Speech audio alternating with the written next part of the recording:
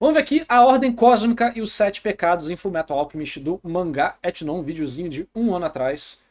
Eu estou bem enferrujado nos meus estudos alquímicos e filosóficos. Eu estou deixando isso para quando de fato for fazer o Battle Hentai, já que eu estou resolvendo um monte de questões financeiras mundanas O agora, 7 é né? claramente mística, como disse James Joyce. O 7, explorado em suas infinitas possibilidades simbólicas, em seus múltiplos, em uma diversidade de operações que podem ser inferidas tanto da observação do cosmo, quanto pelo estudo aprofundado das religiões, né? Seja pela gematria judaica, né? E pela cabala, ou até mesmo pela. Esses sigilos aqui, hein?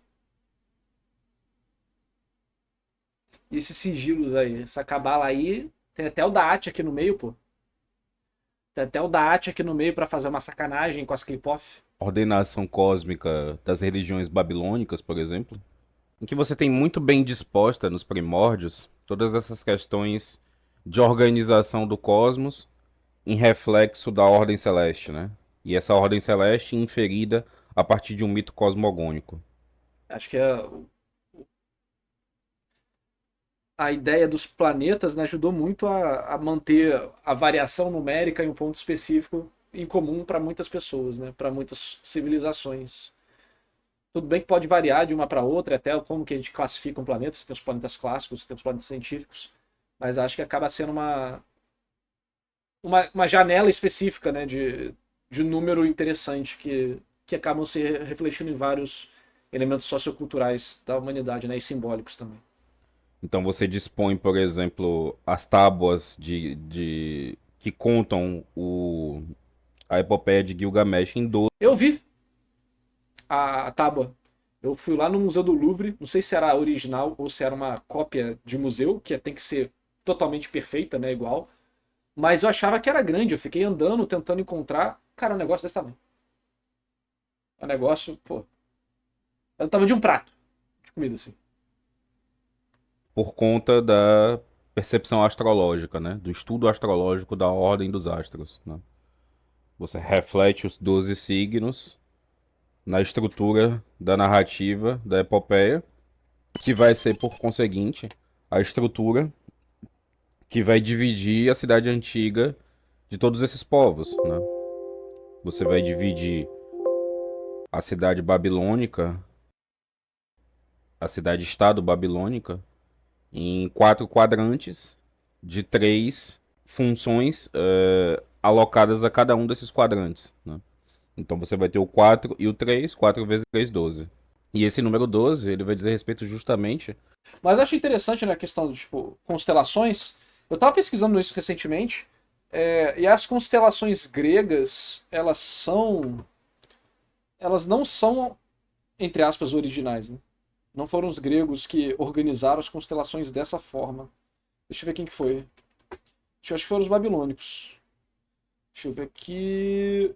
Ah, cadê? Acho que é o babilônico mesmo.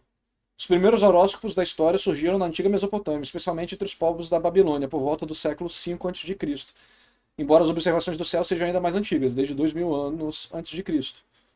E aí você tem a astrologia com presságio no Enuma Anu Enlil, né? Você vai ter o primeiro horóscopo individual do século V a.C., né? Que é o mapa astral de uma pessoa que nasce na Babilônia, mas o horóscopo mais antigo é de 410 a.C. e fala da data de nascimento, posição da Lua, posição das estrelas, previsões básicas e tal. E aí você tem a evolução depois disso na Grécia. Mas antes disso, se eu não me engano, pelo que eu pesquisei, antes dos horóscopos individuais, você tinha o horóscopo dos reinos, né?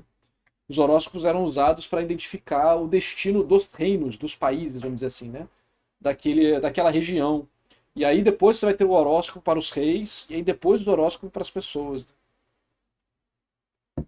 Então, a Babilônia de fato pegou esses 12 assim para organizar, né, que são os signos solares.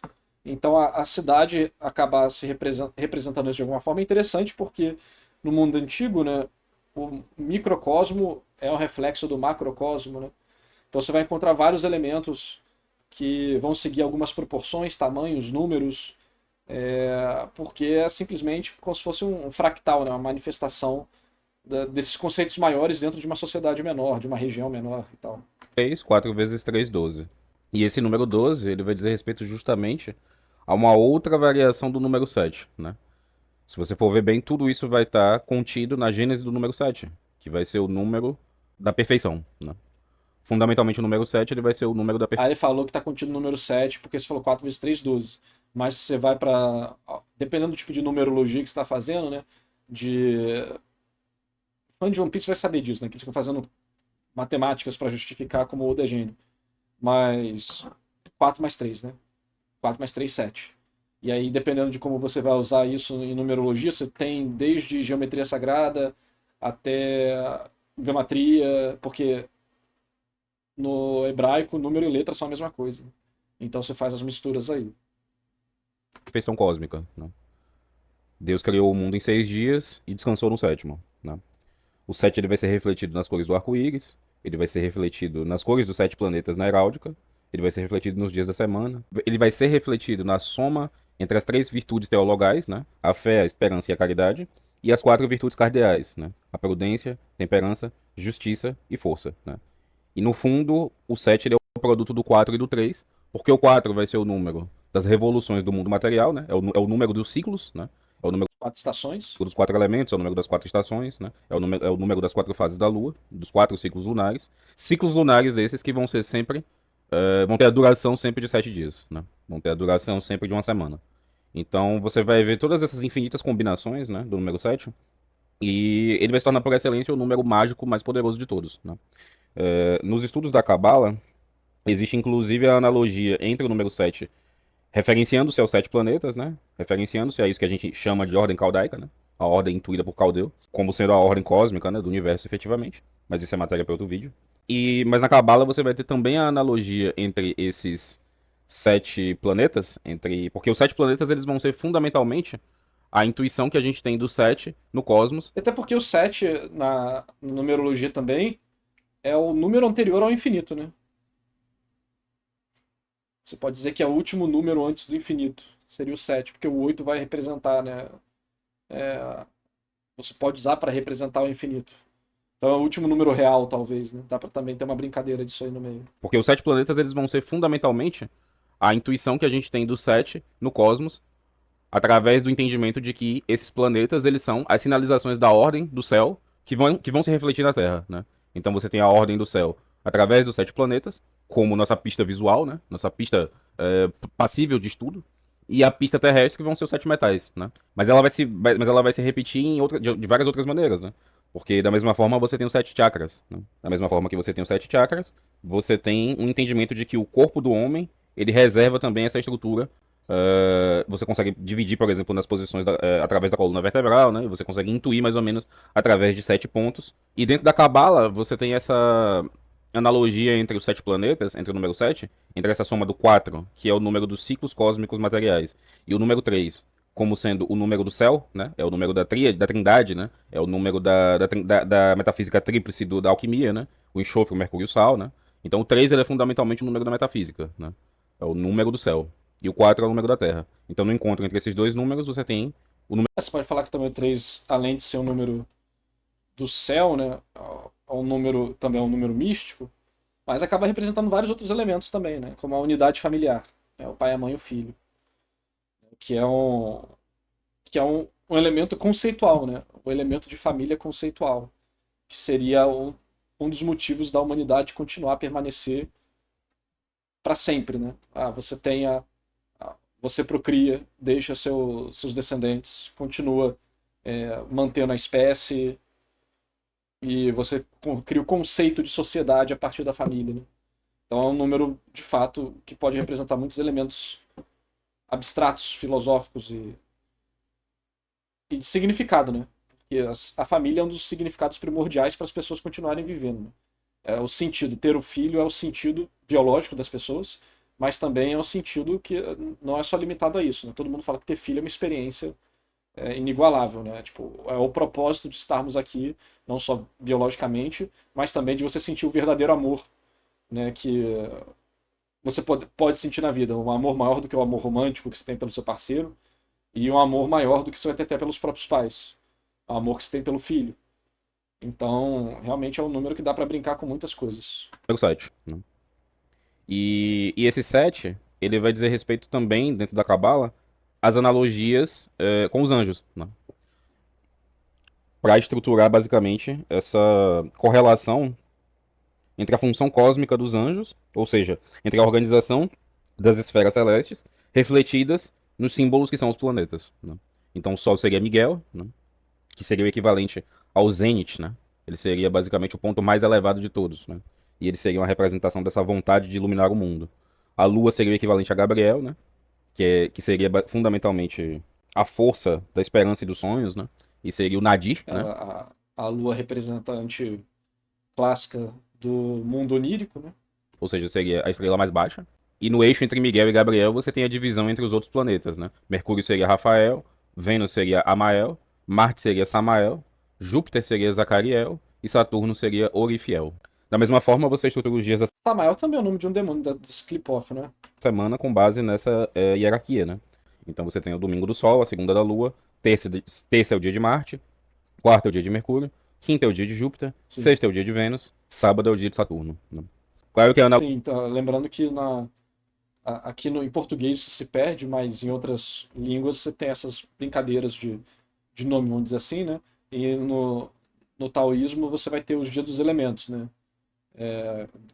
Da água, da madeira, do metal, do ouro, do, do, do fogo, esse tipo de coisa.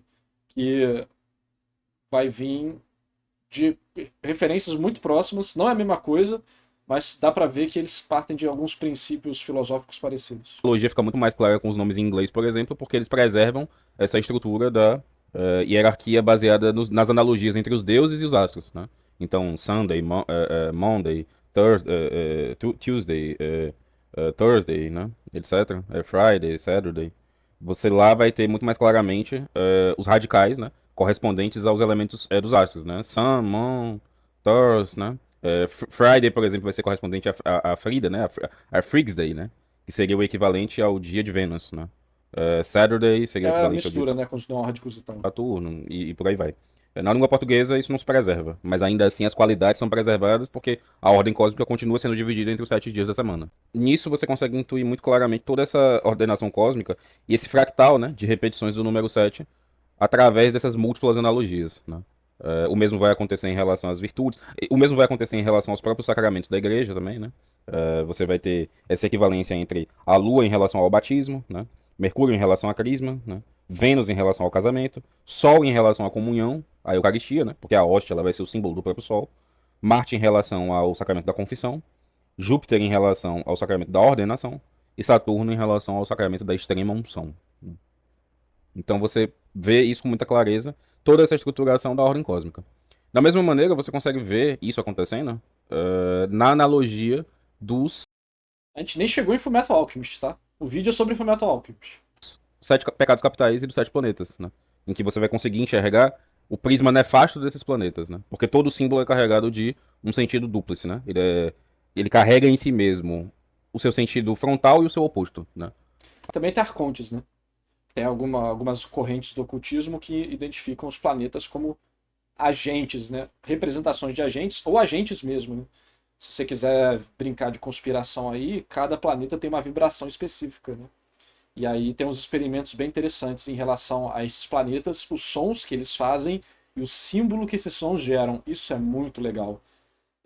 Mas enfim, você vai ter planetas relacionados tanto a anjos, né, quanto a demônios, quanto a arcontes também, que seria uma variação aí que pode ser considerado demônio também, mas dependendo da sua vertente é outra coisa. Mas. Ou como forças, né, da natureza, que são representadas ali e que podem ser acessadas, né, de algumas formas diferentes. Seja simbolicamente em um ritual, que você bota elementos relacionados a Marte, para adquirir a energia de Marte, ou a elementos mais diretos, né, como se fosse uma entidade mesmo, que seja senciente ou não, né, que carrega aquela energia específica, né, aquele símbolo que vai transmitir um efeito na realidade. Só que, em geral, não, dependendo da sua vertente, vou falar que é da vertente mais cristã, né? É recomendado não entrar em contato com essas entidades. Não peça nada a eles, mesmo que eles sejam neutros, nada garante que eles são quem dizem ser. E, em geral, sempre dá merda, né? Mas enfim. A sua luz e sua sombra. Então você teria, por exemplo, no exemplo no caso, especificamente dos 7 pecados e dos 7 planetas, você teria Saturno com equivalência à ganância, né? Ao pecado da. Ganância seria Saturno ganância porque vem do Cronos que devorou os próprios filhos para manter o poder? Está relacionado à ganância por causa do tempo e o uso de empresas e dinheiro para se perpetuar? Por que Saturno está relacionado à ganância? Porque o maior e tem os anéis? Pode ser. Acho que teria. Pode ser, mas poderia ter algo além disso, né? Avareza. Ah, Júpiter teria essa equivalência ao pecado da gula. Júpiter tem o da gula, mas Júpiter é Zeus.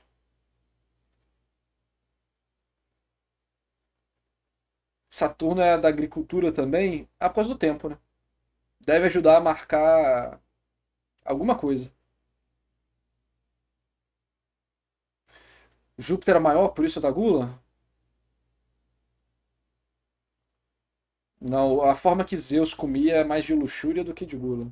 Tanto é que a gente tem o Bacchus para isso. Marte teria essa equivalência ao pecado da ira. Isso é O Sol ok. teria essa equivalência ao pecado do orgulho. Orgulho, ok. Vênus seria o pecado da luxúria. Ok. Mercúrio seria o pecado da inveja. E Esse aí eu teria que ver mais sobre isso também. a Lua seria o pecado da preguiça. Preguiça, sono, né? Os sonhos e tal. Deixa eu ver uma coisa aqui. Vamos abrir o arquivo do Word Bible do Beto Hentai. Eu fiz muito tempo atrás. Eu fiz essa organização no meu documento. Vamos lá. Demônios. Demônios, demônios, demônios. 7 imperadores. Orgulho, Sol. Ganância. Aqui eu botei Mercúrio. Porque eu botei Mamon. Mamon, ganância, Mercúrio, terra, influências política, dinheiro, negócios, desonestidade, trívia. Transforma as pessoas em lobo-dragões. Isso aqui é a parte da clavícula de Salomão, tá? Clavícula de Salomão não. Cenário Infernal? Agora eu não lembro qual que é o livro. Pode criar documentos falsos, transforma as mentiras em verdades por certo período de tempo. Asmodeus. Aqui tá a luxúria, tá como lua. Da parte que eu peguei, agora tem que ver a fonte. Ele organizou os astros de formas diferentes. Júpiter, inveja. Depois eu tenho que ver de onde que eu vim. Que eu lembro que eu peguei várias referências. E eu fui misturando referências. Eu quero saber de onde veio essas aqui agora, porque tá diferente desses aí. Quero saber se foi de algum livro, se foi de alguma fonte ruim.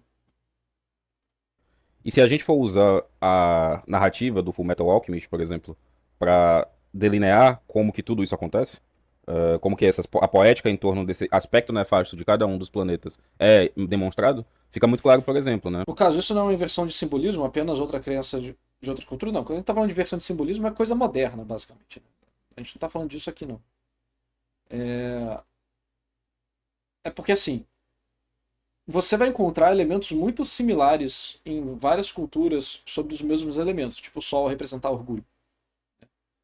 E aí tem todo um estudo bem profundo sobre isso que vai, né, tentar entender esses elementos. Existem diferenças sociais e culturais, claro, mas em geral, como são astros que são observados por todos, porra, Saturno é o que vai mais demorar a se movimentar, entendeu? Marte é vermelho, vermelho é a cor do sangue, logo vai ser associado à agressividade. A Lua aparece de noite, a noite é o momento dos sonhos, a Lua vai ser associada a sonhos, né? E por aí vai. Então, algumas coisas são muito próximas de ser universal, né? Cara, eu fiz esse Word Bible em 2017 nas minhas aulas de probabilidade estatística. Por isso que eu fiquei puto que veio o Genshin Impact com essa porra de Arconte e deturpou totalmente essa brincadeira aí. Eu já tinha. Antes, quando eu estudava de Arconte, quase não tinha informação disso na internet. Porque Grido, a ganância, que depois, inclusive, se torna o próprio príncipe de Xing, né? Ele estrutura muito bem, tanto materialmente, o que seria o Saturno, porque em Grido você vê justamente que o poder dele é se tornar chumbo, né? Ele se torna completamente feito de chumbo, completamente feito de metal, que é um metal rígido, insidioso, e um metal que vai ser superado por metais mais nobres, né?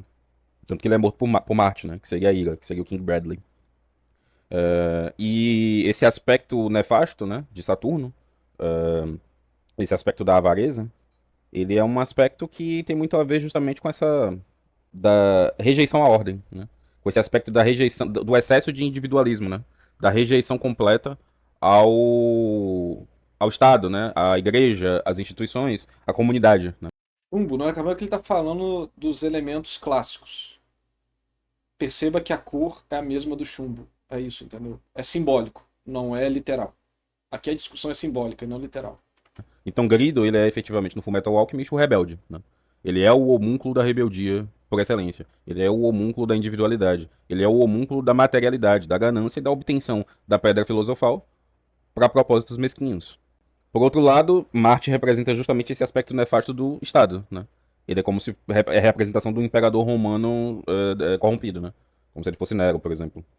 Além, é claro, das analogias com o Estado Nacional Socialista, né?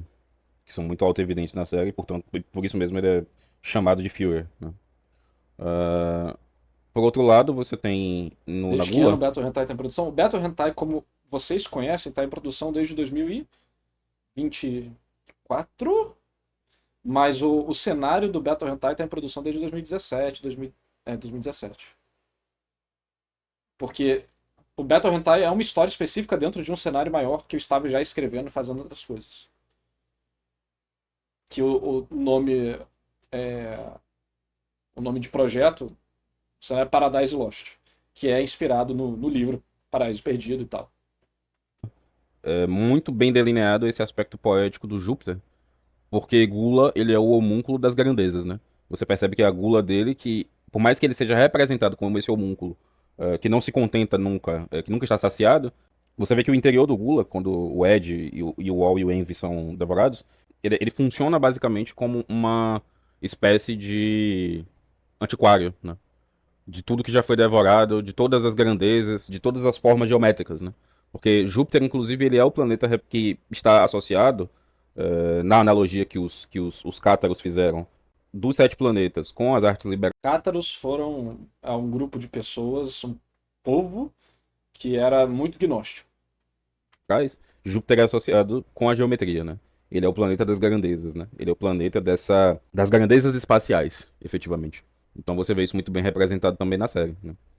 Por outro lado, Sloth, né, a preguiça, que seria o equivalente à Lua, ele, tanto na série clássica quanto na série, no Brotherhood, né, na série oficial, ele tem representações interessantes e igualmente cabíveis.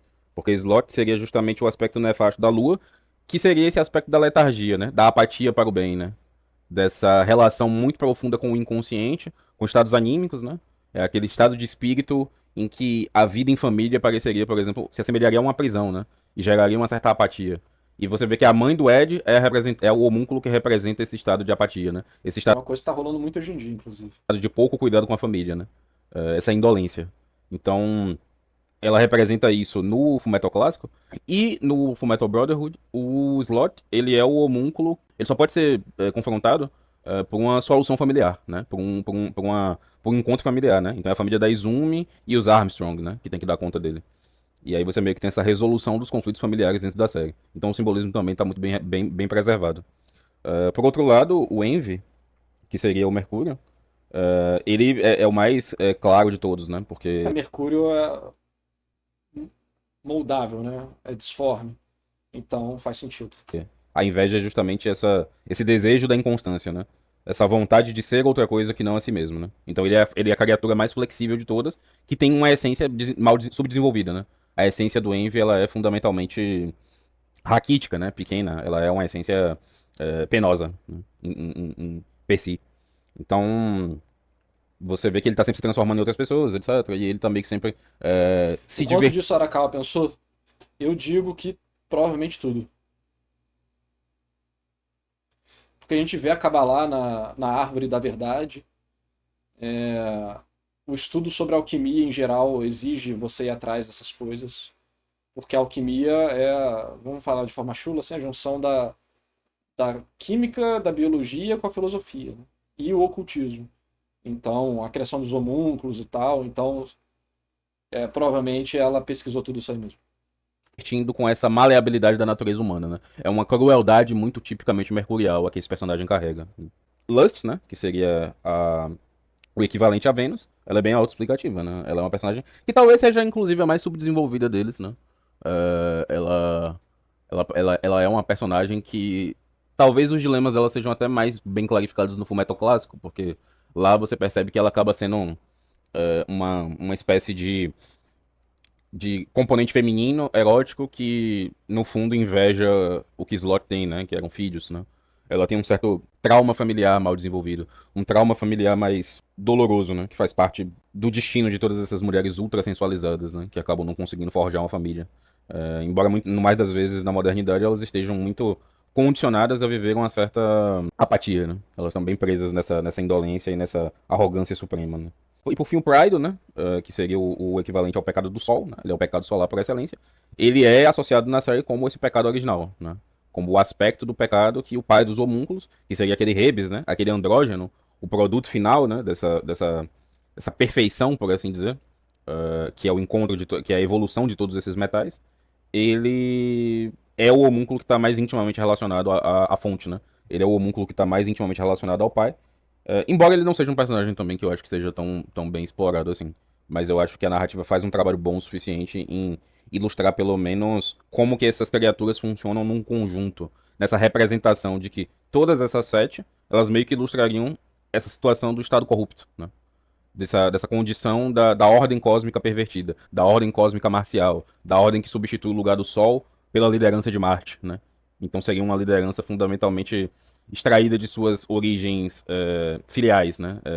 Ela é extraída da sua origem da igreja, em primeiro lugar, ela é extraída dessa sua origem clerical, e ela é extraída também da origem da família, né? Do seio familiar. Então a liderança estatal, o produto de um Estado extremamente militarizado, é essa ordem invertida regida pelo pecado. E é isso, eu acredito que já falamos o suficiente. Acho que com essas orientações dá pra gente entender bem e talvez até elucidar um pouco desses grandes, dessas grandes questões que tanto perguntam muitas vezes, né? Qual que é o simbolismo de cada Interessante. planeta, qual que é a função de cada planeta. Eu acho que por um viés desse aspecto mais nefasto de cada um deles, acredito que a gente consiga ter mais perspectiva sobre o assunto e entender que como que essa ordem se repete em seus aspectos positivos e negativos por toda a ordem cósmica.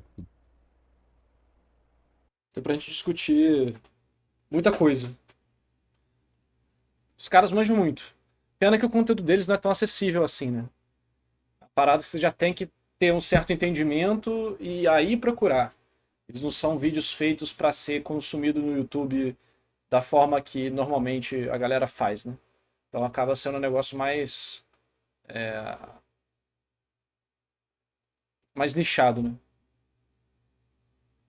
Mas com a gente reagindo aqui, dá para fazer alguns comentários que devem ajudar a galera que não entende muito a poder acompanhar melhor. Pior que eles não querem, pior, porque eles não querem também, mas cada um tem um estilo, né? Eu já falei para eles que eu achei que ia ser muito legal se eles fizessem vídeos mais introdutórios, porque conhecimento é bom, né, pô? Legal disseminar conhecimento.